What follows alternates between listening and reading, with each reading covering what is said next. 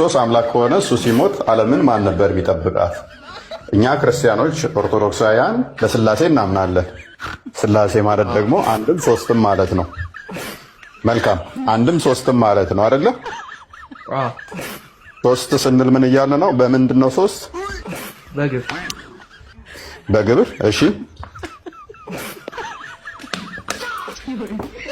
በግብር ሶስት ነው፣ በመለኮት አንድ ነው።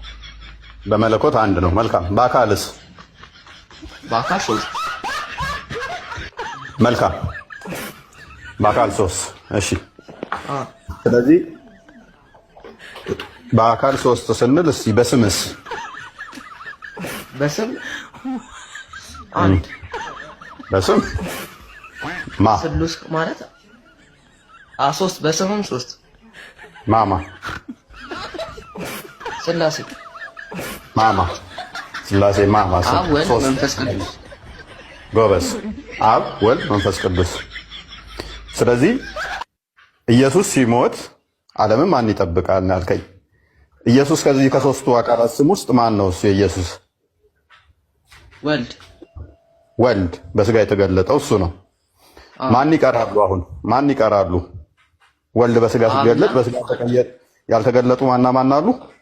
አብና መንፈስ ቅዱስ። ክርስቶስ ሲሞት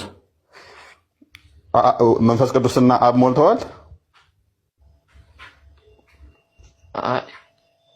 ስለዚህ እነሱ ይጠብቃሉ ማለት ነው። አረ ምንድን ነው? አይጠብቁም? አንድ እሺ ይጠብቃሉ። ግን እኔና አብ አንድ ነን ብሏል እኮ ኢየሱስ ክርስቶስ።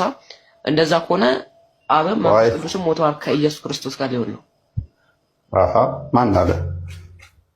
በተለየ አካሉ ወልድ ነው የመጣው በስጋ የተገለጠው ብለኸኛል። ሰው በስጋ የተገለጠው